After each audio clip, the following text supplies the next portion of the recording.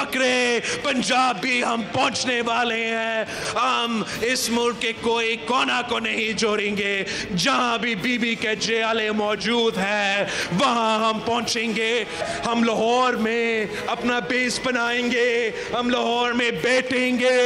इस हुकूमत का खात्मा का कहानी उस शहर से शुरू होगा जहां से पाकिस्तान पीपल्स पार्टी की बुनियाद रखी गई थी।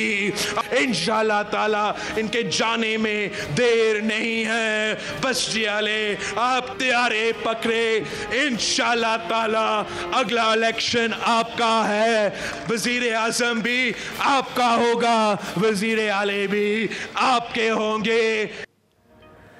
बिस्मिल्लाहिर्रहमानिर्रहीम। अस्सलाम वालेकुम नाज़रीन, आप देख रहे हैं प्रोग्राम एक्सपर्ट्स। मैं हूं दुआ जमील।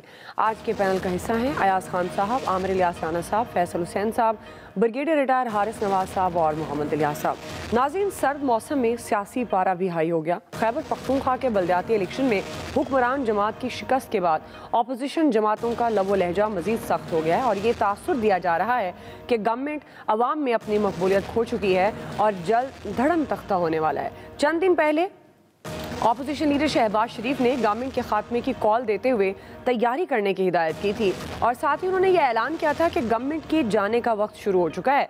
PMLN के बाद पीपल्स पार्टी भी मैदान में आ गई।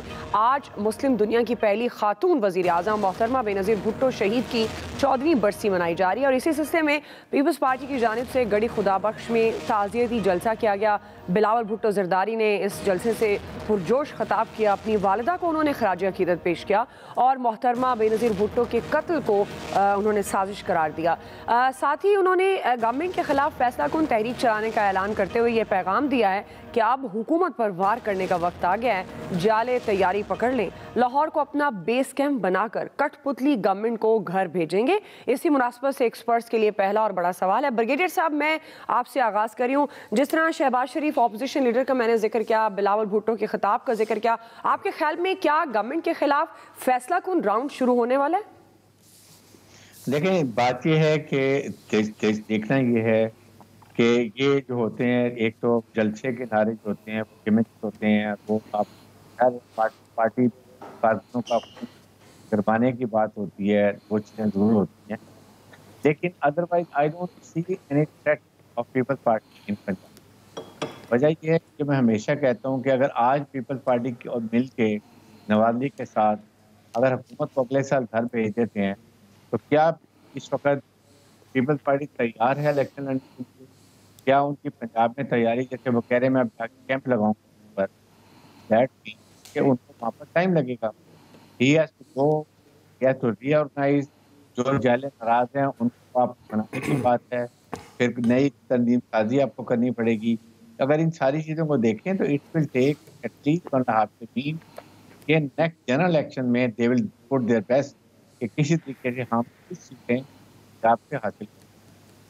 और जिसकी वजह से मैं हमेशा बात करता हूँ पीपल्स पार्टी पीएम को चला, अभी भी पीडीएम वीक है कि पीपल्स पार्टी साथ नहीं। लाइफ है PMLN में अपने इख्तलाफात, उनको भी इख्तलाफात दूर करने के लिए अपना नया प्राइम मिनिस्टर सिलेक्ट करने के लिए टाइम लगेगा। सो नोबडी वांट, अगला साल वैसे ही इलेक्शन ईयर है, बाय एंड इलेक्शन अनाउंस हो जाने हैं। इसलिए मेरे ख्याल में ये सिर्फ तो इलेक्शन गिमिक की बात की जा रही है। अदरवाइज पीपल्स पार्टी को बहुत मेहनत चाहिए और पीपल्स पार्टी पंजाब में जब तक सेंटर में कुछ सीटें नहीं हासिल की, still they can't form a federal government में, लेकिन कोलिशन में आ सकते हैं। अब ये देखना जाहिर है वो PMLN के साथ जाएंगे, PTA के साथ नहीं जाएंगे, तो फिर इसका मतलब है कि वो अपने आप को रिस्ट्रिक्ट करेंगे सिंध के अंदर, लेकिन जो नेशनल असेंबली की सीट्स हैं वो इम्प्रूव जरूर करेंगे ताकि आइंदा के लिए सेनेट में भी उनको और एडवांटेज हो और उसके साथ वो नेशनल पॉलिटिक्स में प्रॉपर तरीके से नेशनल पार्टी बन सके। बिकॉज अभी तक People's Party is now only a regional party likewise PMLN। तो ये दोनों पार्टियों को अभी काफ़ी टाइम चाहिए, 1.5 साल, अपने मैनिफेस्टो लेकर आएँ, अपना कोई सोल्यूशन लेकर आएँ, कोई अमली बताएं, आवाम के लिए क्या करना चाहते हैं वो बताएं, ताकि दोनों का वोट बैंक इम्प्रूव हो and then they become real threat to PTI। तो आई थिंक इसके लिए दोनों पार्टियां भी तैयार नहीं है, ये सिर्फ प्रेशर टैक्टिक्स है। जैसे नवाज शरीफ साहब अपनी बात कर रहे हैं कि उनकी पार्टी अपनी बात कर रही है। So I don't see any threat. इस वक्त उनकी किस्मत अच्छी है फेडरल गवर्नमेंट की कि बहुत ही वीक इनकॉम्पिटेंट उनको नजर आ रही है इस वक्त अपोजिशन, खासतौर पर पीडीएम, जो कि मेरा नहीं ख्याल कि इस वक्त उनके लिए कोई थ्रेट पोज कर सकती है एटलीस्ट टिल नेक्स्ट इलेक्शन।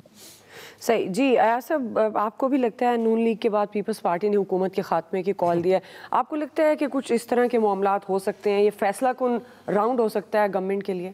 सबसे पहली बात तो ये है कि दुआ आज 27 दिसंबर है और इतना बड़ा सान्या हुआ इस मुल्क में, बेनज़ीर भुट्टो को जिस तरह से शहीद किया गया, एक पॉलिटिकल लीडर की शहादत, और वो मुझे याद है बहुत कम मौके मैंने इस तरह से देखे हैं कि किसी पॉलिटिकल लीडर की शहादत हुई हो और उस पर पूरी कौम सोगवार हो। नवाज शरीफ साहब उनके बदतरीन मुखालिफ रहे, अगरचे मिसाक़ जमहूरियत हो चुका था, लेकिन वो हमने देखा फ़ौरन हॉस्पिटल पहुँचे और जिस तरह का उसके बाद वाक़यात हुए, खैर वो अब तारीख़ का हिस्सा हैं। तो इस सबसे पहली बात तो ये कि ये बड़ा अफसोसनाक सान्या है और इस पर हम ताज़ियत भी करते हैं उनके वोटर्स से भी, उनके ख़ानदान से भी।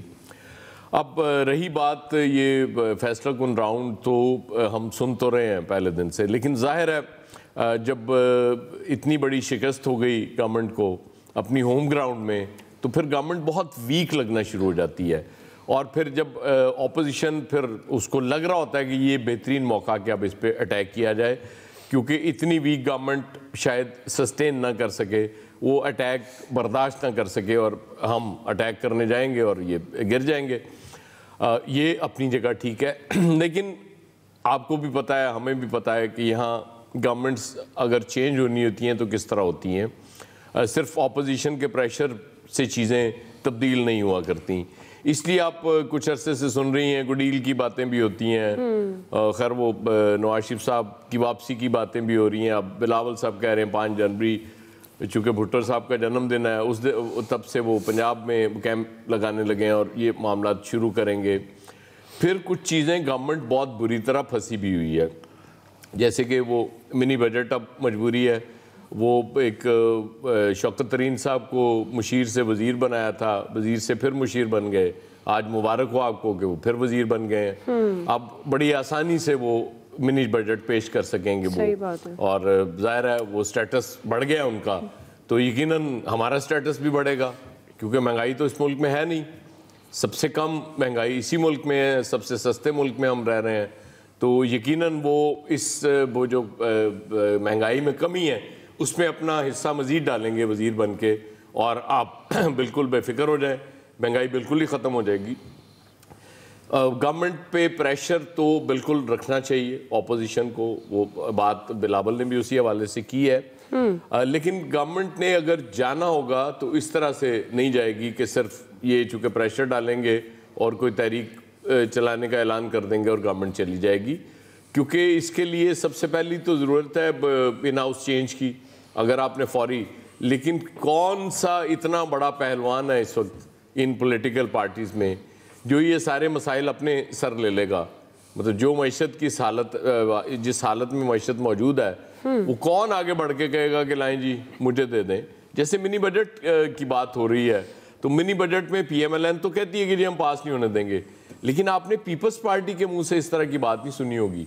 वो जरूर तनकीद जरूर करते हैं कि IMF का मिनी बजट और गवर्नमेंट पे भी। अब सवाल ये है कि अगर आप वो बजट पास नहीं होने देना चाहते, नहीं होने देंगे, तो उसका नतीजा क्या होगा? मतलब IMF से आपकी डील खत्म हो जाएगी, तो दैट मीन्स कि आपका मुल्क डिफॉल्ट कर जाएगा। और सऊदी अरब ने जो $3 अरब यहाँ पार्क किया हुआ है, वो 72 घंटे में उसने कहा था कि अगर IMF से डील आपकी नहीं होती तो हम 72 घंटे में वापस ले जाएंगे। तो क्या ऑपोजिशन के लिए तो बहुत मुश्किल है ना कि अगर आप नहीं पास होने देते मिनी बजट को, हमारी मुश्किलात अपनी जगह हैं आवाम की, लेकिन ऑपोजिशन के लिए मुश्किलात हैं कि अगर मुल्क डिफॉल्ट कर जाता है तो क्या फिर आप कहेंगे कि जी हाँ हमें इक़्तिदार दे दिया जाए, अब इस डिफॉल्ट मुल्क को हम लेके चलेंगे? तो मेरा ख्याल है कि पीपल्स पार्टी इसमें थोड़ी ज़्यादा समझदारी का मुजाहरा कर रही। या तो आप मुतबादल दे देना कि जी ठीक है मुल्क डिफॉल्ट करता है, ये हमारी पॉलिसी है, इसके बाद हम उठा के इसको फिर बुलंदियों पे ले जाएंगे, बिल्कुल टेंशन वाली बात नहीं। बिल्कुल आपने मुतबादल की बात की, यहाँ पर पॉलिसीज़ का मुतबादल कोई नहीं देता, वैसे शख्सियात का दे सकते हैं। फैसल हुसैन साहब। वैसे आपकी भी इस सवाल में राय लेनी चाहिए कि क्या वाकई बिलावल साहब जो है वो लाहौर में जो है वो कैंप लगाएंगे, बैठेंगे। देखिए सर, मैं अपनी ओपिनियन ज़रूर दूंगी। जिस दिन मैं आपसे गुजारिश करूंगी आप होस्ट करें मैं आपकी जगह बैठूंगी। सही है। देखिए इस मुल्क में जितनी भी जो जद्दोजहद है, सारी जद्दोजहद, सारा एहतजाज, सारी तहरीक, सारा इंकलाब जो है ना, सिर्फ और सिर्फ इस्टेब्लिशमेंट से दोस्ती के लिए है। मैं आपको बिल्कुल अपने तजुर्बे की बुनियाद पे जो है ना बता रहा हूँ ये बात, और कुछ भी नहीं है इस मुल्क में इसके अलावा, और ख़ास तौर पे इस दौर में तो कुछ है ही नहीं। साढ़े 3 साल तक ये पीपल्स पार्टी जो है इस हुकूमत को जो है बचाती रही है। 3.5 साल तक ये पीपल्स पार्टी जो है इसने कोई अपोजिशन का जो है ना कोई अलायंस नहीं बनने दिया। 3.5 साल तक अगर हुकूमत खड़ी रही अपने पैरों पे तो उसका जो वाहिद जो सहरा है वो पीपल्स पार्टी के सर जाता है, जिसकी उसने पूरी की पूरी जो है वो कीमत जो है वो वसूल की है। अल्लाह वास्ते काम नहीं किया, अल्लाह वास्ते काम, पूरी कीमत इसकी जो है उन्होंने वसूल की है। और वो कीमत की सबसे बड़ी सज़ा जो मिली ना, वो जो जिस तरह सिंध को जो एक रियासत बना दिया गया उसकी तरफ किसी ने आंख उठा के नहीं देखा, उस शक्ल में जो है वो हमें जो है वो भुगतना पड़ी। ये फैसला कुन राउंड की बात कर रहे हैं ना, मैं आपको बिल्कुल ईमानदारी के साथ और सच्चाई के साथ बता रहा हूँ, इस मुल्क में जो भी फैसला कुन राउंड होगा ना वो सड़क के ऊपर नहीं होगा, वो बंद कमरे के अंदर होगा। हो सकता है कि उस राउंड का जो है वो आगाज हो जाए, लेकिन हो ना बंद कमरे के अंदर है। ये अदाकारी कर रहे हैं, ये ड्रामे कर रहे हैं। ये आज भी जो एहतजाज की बात करते हैं ना, तो ये भी इस्टेब्लिशमेंट को डराने के लिए हमसे आप हाथ नहीं हटाना। जहाँ इनको इस बात का खदशा होता है, इनको इस बात का शुबा भी हो जाए ना कि इस्टेब्लिशमेंट हमारे ऊपर से जो है वो हाथ हटा लेगी, तो ये सारा खेल इसलिए है कि हमें आप जो है वो लेके चलो, हम जो है आपके सारे काम जो है वो करेंगे। आप ये देखें, मुस्लिम लीग की चले आप बात करें, मुस्लिम लीग पूरे पाकिस्तान में बात करती है कि पंजाब में धांधली से इलेक्शन हो गए, कराची हैदराबाद में धांधली से इलेक्शन हो गए, KPK में धांधली से इलेक्शन हो गए, ये बलूचिस्तान में धांधली से इलेक्शन हो गए। ओ भाई, क्या इस मुल्क में सारा जो मुनसिफाना 2018 का इलेक्शन था वो सिर्फ अंदरूनी सिंध में हुआ था क्या? उसकी धांधली की कोई नहीं बात करता। तो वहां भी तो कुछ हुआ होगा, या तो फिर बता दें कि आइंदा के जो इलेक्शन है, जो अगर मुनसिफाना इलेक्शन का म्यार जो अंदरूनी सिंध को बना दे, रोल मॉडल बना दे कि 2023 के इलेक्शन बिल्कुल उसी तरह होंगे जैसे जो 2018 में जो है ना अंदरूनी सिंध के अंदर हुए थे। किसी ने आज तक उस इलेक्शन की धांधली की बात नहीं की। क्या वहां कुछ नहीं हुआ था? जितना कुछ हुआ था हमारी आपकी सोच से भी बहुत ज्यादा कुछ हुआ था, लेकिन कोई बात ही कोई जो है वो बात नहीं करता कि किस बात की पीपल्स पार्टी आजादी तहरीक चलाएगी। 13 साल से इख्तियार में बैठी है, वो एहतजाजी तहरीक चलाने की बात जो है किस मुंह से करती है? किस मुंह से एहतजाजी तहरीक चलाने की वो बात करती है? आपको तो अपने 13 साल के इख्तियार का जो है वो जवाब देना चाहिए। और बल्दियाती इदारों में तो ये तकरीबन जो है वो 21 साल से 22 साल से काफी से 2001 से जो है वो या तो इनका मेयर होता है या फिर इनका लगाया हुआ एडमिनिस्ट्रेटर होता है। तो सब कुछ तो पीपल्स पार्टी के पास है। ये किस बात की इन्होंने कोई, ये जिस जगह पे जलसा हो रहा है बेनजीर भुट्टो का, शहीद का जो जलसा जिस मुकाम पे हो रहा है, इन्होंने उसके इतराफ की कोई सड़क भी बनाई है? उस इलाके में कोई किसी बच्चे को कुत्ता काटता है ना तो वो कराची इंजेक्शन लगाने, वैक्सीन करवाने आता है और रास्ते में बच्चा मर जाता है। कि एक हलाकतें नहीं हुई, ऐसी दर्जनों हलाकतें हुई हैं। ये वहाँ कुत्ते के काटे की वैक्सीन तो दे नहीं सके, और बात करते हैं हम एहतजाजी तहरीक चलाएंगे। पीपल्स पार्टी खुद एक ने जिस तरह की यहाँ एक सिविलियन डिक्टेटरशिप कायम कर दी है, तहरीक तो पीपल्स पार्टी के खिलाफ चलनी चाहिए, लेकिन कोई बात ही नहीं करता। पूरे पाकिस्तान में कोई बात नहीं करता। सही। कोई आज तक कभी मुस्लिम लीग ने बात की? हम तो रोजे अव्वल से आपके सामने कह रहे थे ये आपको बेवकूफ बना रहे हैं। हमारे आमिर भाई भी बात नहीं मानते थे, अब मानने लगे, पहले नहीं मानते थे। ये पीपल्स पार्टी आपके साथ खेल रही है, ये आपको बेवकूफ बना रही है, लेकिन कोई इस बात करने को तैयार नहीं था। अभी भी आपके साथ ये जो है सिर्फ और सिर्फ जो है सारी जद्दोजहद जो एक आखिरी बात कह लें, ये जो बात कर रहे हैं ये सिर्फ और सिर्फ एस्टेब्लिशमेंट से दोस्ती के लिए, बाकी कुछ भी नहीं है इसके अलावा, कुछ और समझे भी नहीं आप। ठीक है जी आमिर साहब। मैं आज हैरान था कि फैसल साहब बात जो करते हैं वो बता रहे थे वो तजर्बे से करते हैं। चलें, ये तो एक बात क्लियर हुई कि ये तजर्बे से बात करते हैं, और वो जो मुझे बात मानने का कहते हैं, अब देखें ना, देखें ना, अब ये इसको कहते हैं वो फजूल गुफ्तगू का तरीक़ाकार कि मैंने आपको जवाब दिया आपकी बात के बाद, आपने लेकिन चूंकि आपके अंदर सुकून नहीं है, आपके अंदर सुकून नाम की कोई चीज़ ही नहीं, सुकून नाम की कोई चीज़ नहीं है। वो लड़काने में वो कहते हैं इन्हीं पत्थरों पे चल के अगर आ सको तो आओ, मेरे घर के रास्ते में कोई क्या किशा नहीं है। तो लड़काने वालों ने वो जो भी तय किया है उन्होंने इन पत्थरों के साथ तय कर लिया है। और इस्टेब्लिशमेंट तय करे, जब ये अलाइंस बन रहा था और उससे फिर पीपल्स पार्टी भागी थी, तो मैंने तब भी ये बात बताई थी, चूँकि ज़ाहिर है आपका तजर्बा ज़्यादा है, आपके जहन में नहीं रहती बात। तो मैंने कहा था जब ये अलाइंस बन रहा था तो नवाज शरीफ ने पीपल्स पार्टी को पहले दिन ऑफ़र की थी कि आप टिक के बैठें, आपके 8, 10, 12 लोग जो पंजाब में मेन हैं, जीते हुए के अलावा हारे हुए भी हम उनको एडजस्ट करेंगे, लेकिन आप इत्मीनान से बैठे रहिएगा, बीच में ना जाइएगा। लेकिन जब वो मोमेंटम बना तो पीपल्स पार्टी और एएनपी एकदम गायब हो गए। तो ये आपके जहन में रहनी चाहिए कि मैंने ये इसी प्रोग्राम में बात की हुई है कि कब कहाँ किसने किस के साथ मुदाखलत की और क्यों की। ये इस मुल्क का हिस्सा है, सियासत का हिस्सा है। अब मौलाना फजल रहमान ने कहा ना कि थोड़ा सा बैसाखी और लाठी साइड पे हुई है तो नतीजा निकल आया। अब वो जो ब्रिगेडियर साहब फरमा रहे थे कि पीएमएलएन को अपने वोट को इंटैक्ट करना है, भाई पीएमएलएन का वोट इंटैक्ट है बल्कि बढ़ गया है। क्या आपको 13 में से 12 ज़िमनी इलेक्शन जीतती हुई पीटीआई के मुकाबले में नून नज़र नहीं आई? क्या कंटोनमेंट में मुस्लिम लीग नून नहीं जीती? क्या अब हिज़्ब इख्तलाफ केपी में नहीं जीती? और जो नून की बेल्ट है हज़ारा, उसमें पीएमएलएन हरीपुर से जीत गई। पूरे ज़िले में 3 तहसीलों का हुआ और तीनों वही जीत गए।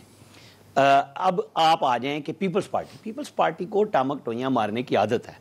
अगर इनकी सियासत में वो फवाद चौधरी ने बिल्कुल ठीक कहा कि ज़रदारियों के हाथ में आ गई पीपल्स पार्टी, उसकी वजह यह है कि 14 साल हो रहे हैं, 14वां साल चल रहा है पीपल्स पार्टी का बराह रास्त सिंध पे हुकूमत का। आज तक ये कोई एक, और हम 10 दफ़ा कराची समेत अंदरूनी सिंध की हालत पे बात कर चुके हैं और बड़ी खुल्लम खुल्ला की है कि बिल्कुल दर्द दिल इनके अंदर है ही नहीं कि वहाँ इंसान बसते हैं या उनके लिए कोई काम करना है, इसमें तो कोई शक ही नहीं है। इसीलिए तो इनकी बर्बादी के किस्से पंजाब में वाज़े हैं।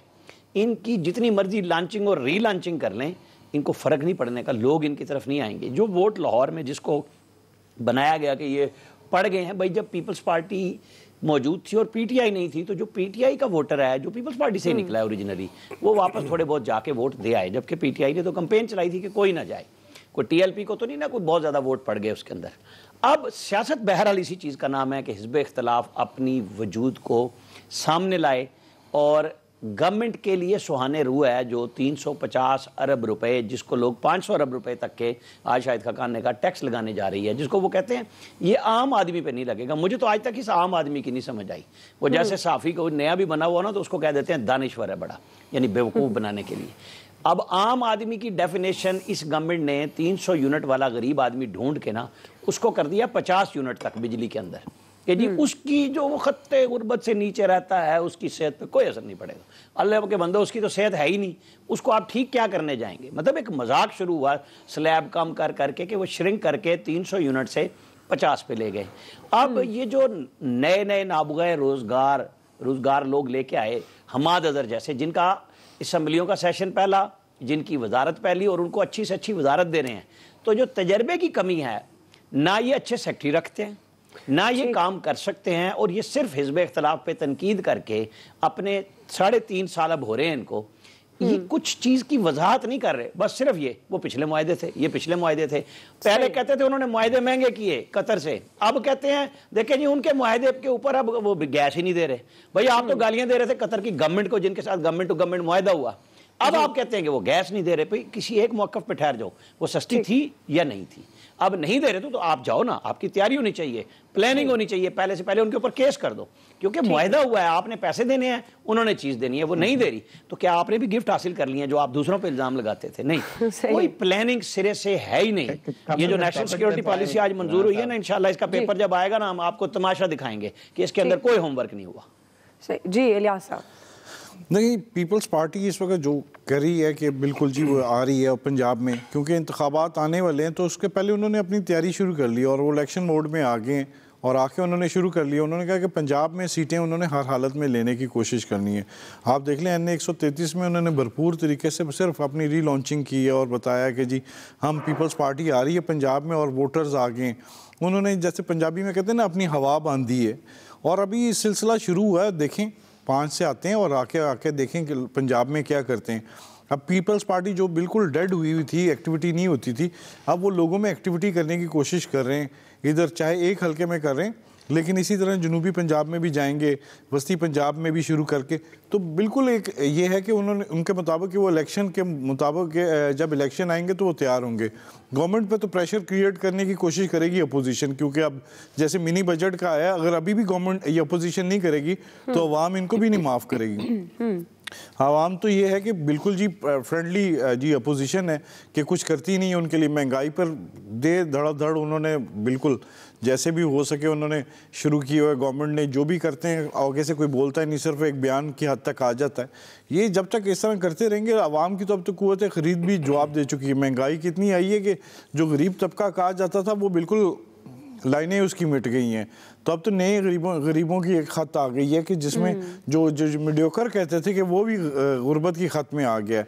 तो अब ये जो सूरत हाल है, अब 350 बिलियन के जो कहते हैं कि जो टैक्स का रिलीफ जो टैक्स की छूट थी वो ख़त्म की जाएगी। उसमें पता नहीं अब क्या क्या करने जा रहे हैं। जाहिर है इन्होंने भी IMF से जो अगली जो किस्त लेनी है तो उसके लिए अपने इक़दाम जो करने हैं गवर्नमेंट ने करने हैं, ज़ाहिर है दिखाना है।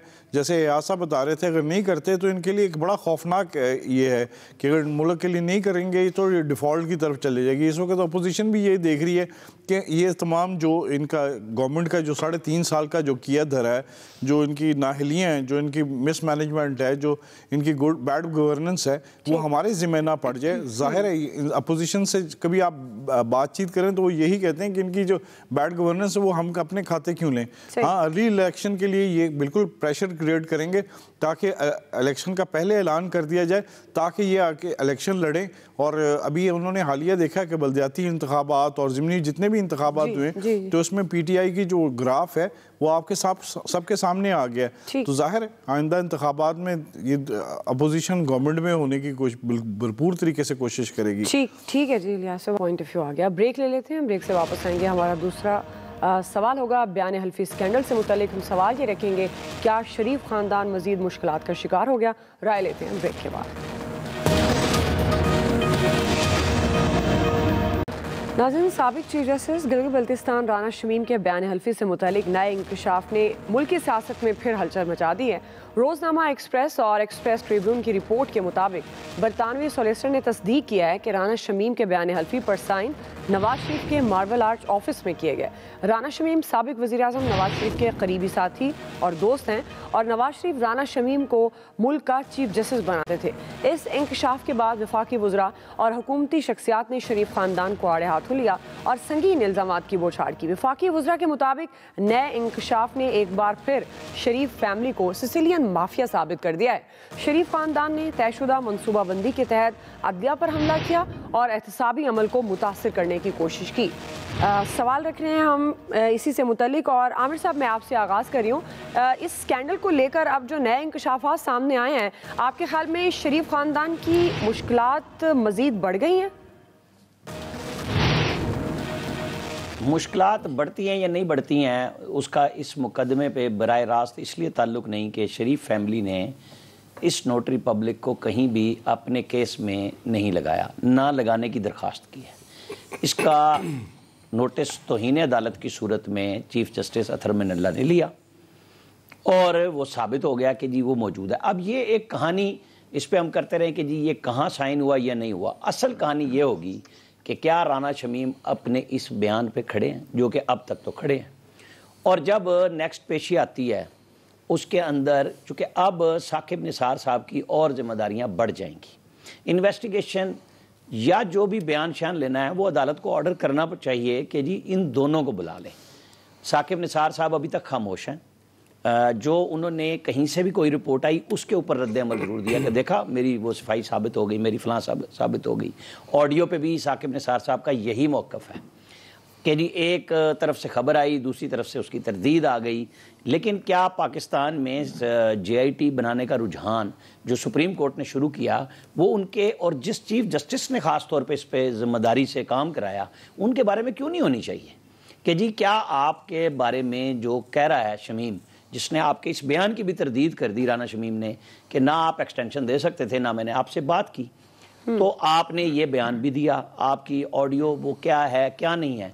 तो यहाँ पे JIT बना दे ना, हाई कोर्ट बना दे, सुप्रीम कोर्ट बना दे, क्योंकि बहुत ज़्यादा हो रही है ये गलत बात कि एक साबिक चीफ जस्टिस के उसके बतौर जज कंडक्ट पे बात हो रही है।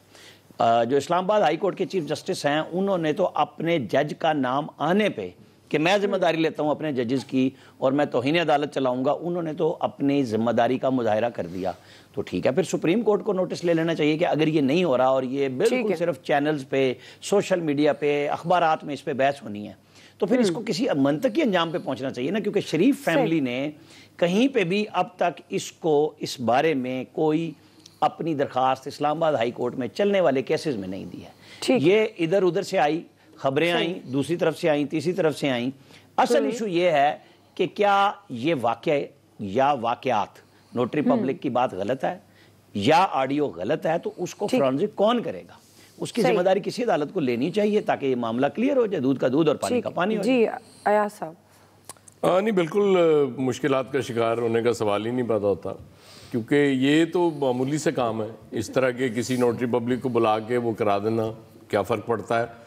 वो ब्रीफ केस गए थे, वो जस्टिस एजाज अली के ख़िलाफ़ क्या हुआ, सुप्रीम कोर्ट पे हमला हुआ था, कुछ नहीं हुआ। वो एक ऑडियो आई थी जस्टिस क्यूम के साथ, कुछ नहीं हुआ।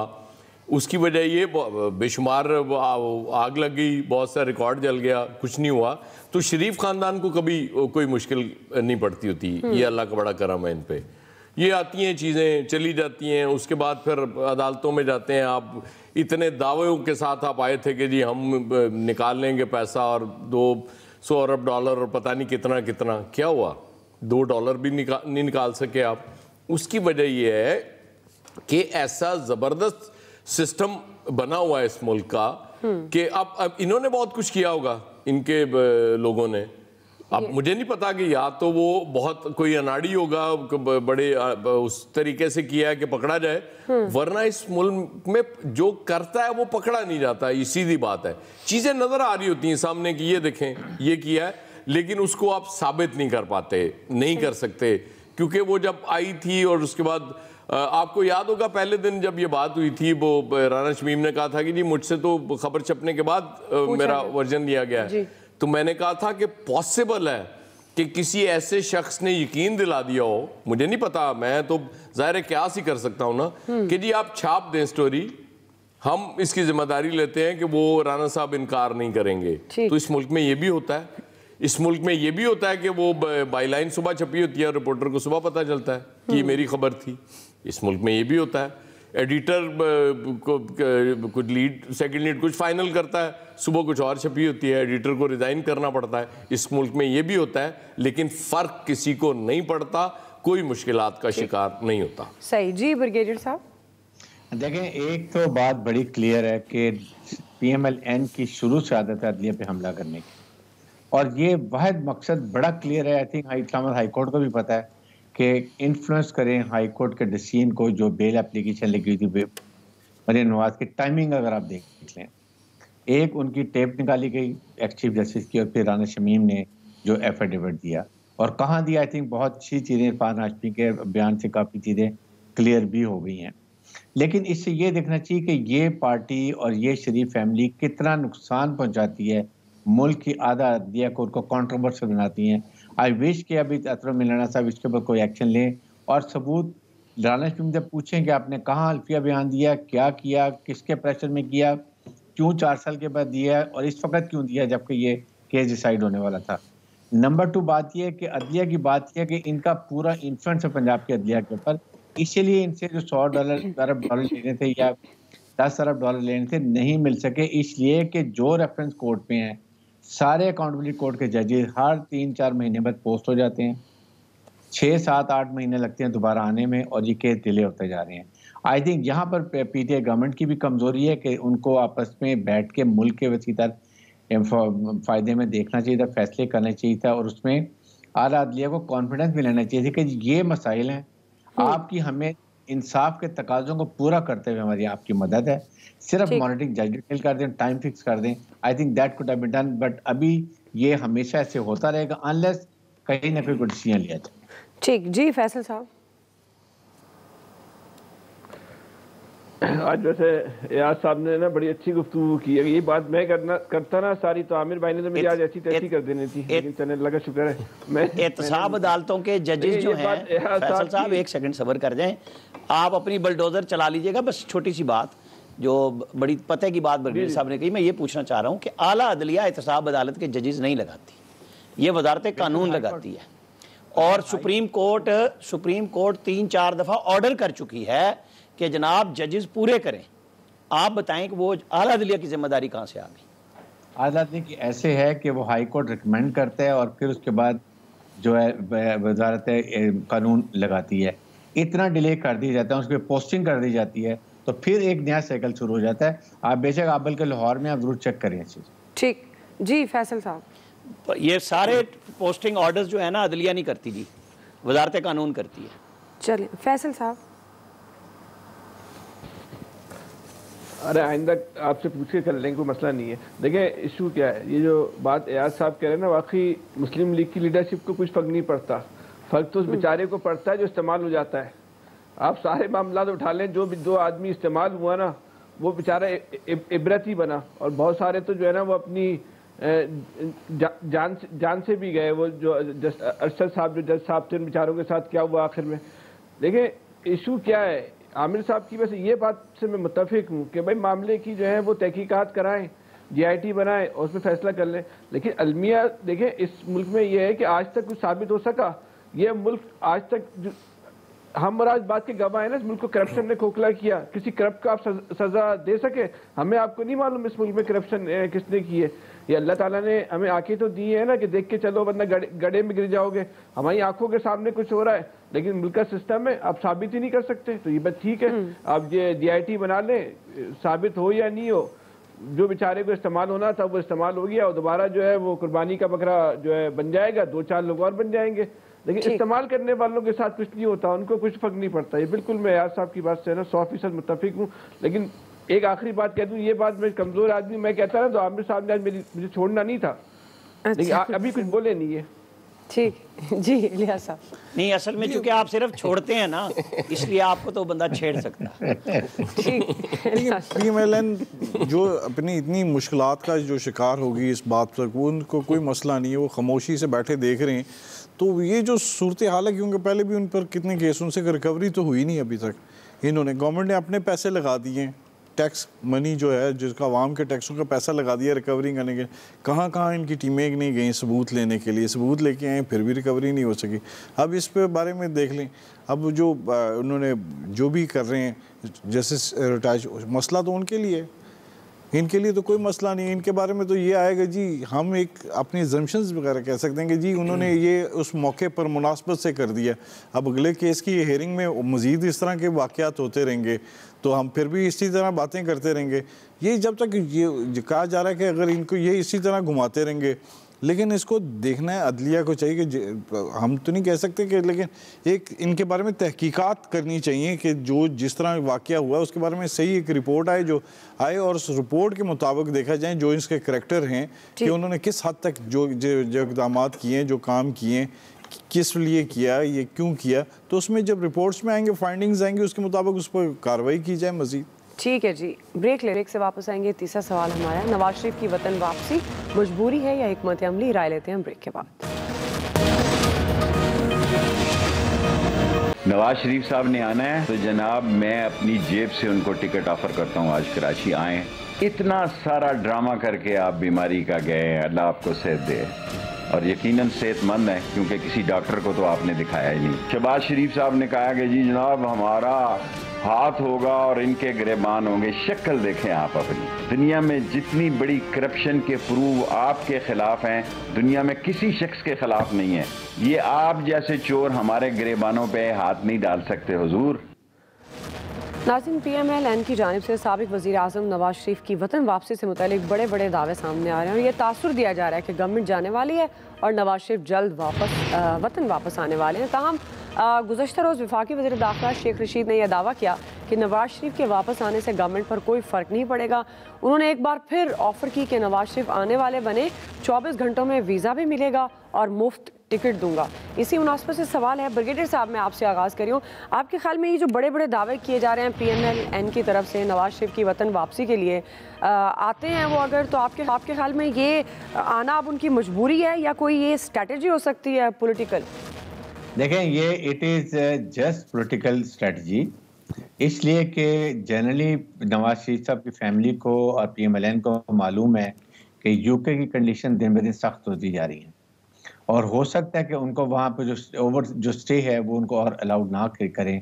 पासपोर्ट उनका कैंसिल हो चुका है, ना किसी और मुल्क में जा सकते हैं, ना सऊदी अरब जा सकते हैं, ना कतर जा सकते हैं, ना किसी मुल्क में जा सकते हैं। पर force will have to come to Pakistan under the pretext कि मैं वतन वापस आ रहा हूँ, मैं अपने अवाम में आ रहा हूँ, मैं अपने अवाम की में आ रहा हूँ, जो कि पाकिस्तान की अब डिपेंड ये करता है जो PTI गवर्नमेंट बड़ी वीक, समझ नहीं आती, कम्युनिकेशन वीक है कि एग्जैक्ट बताएं कि why is coming, why is coming, क्या हालात हैं, क्यों वापस आए हैं। आई थिंक इससे पॉलिटिकल सेट पे भी हो सकता है, ठीक है, और साथ ही साथ अगर सही उनकी स्ट्रेटजी हो तो शायद वो पॉलिटिकल गेन भी कर सकें। सही जी आया सर।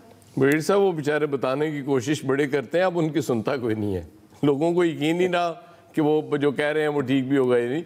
देखिए, नवाज शरीफ साहब की वतन वापसी के हवाले से हमने आपको शुरू में कहा था जब वो गए थे कि वो अपनी सहूलत के साथ अपनी टाइमिंग के साथ वापस आएंगे और कोई हिकमत अमली मजबूरी, ये PTI वाले कह रहे हैं कि जी वो शायद, मुझे नहीं लगता कि ऐसा कुछ होगा। पॉलिटिकली एक्सपोज्ड पर्सनस को इस तरह से नहीं वो कहते कि आप छोड़ के चले जाएं, वो बड़ा लंबा प्रोसेस होता है, बड़ा टाइम लगेगा अगर वापस भी आना हुआ।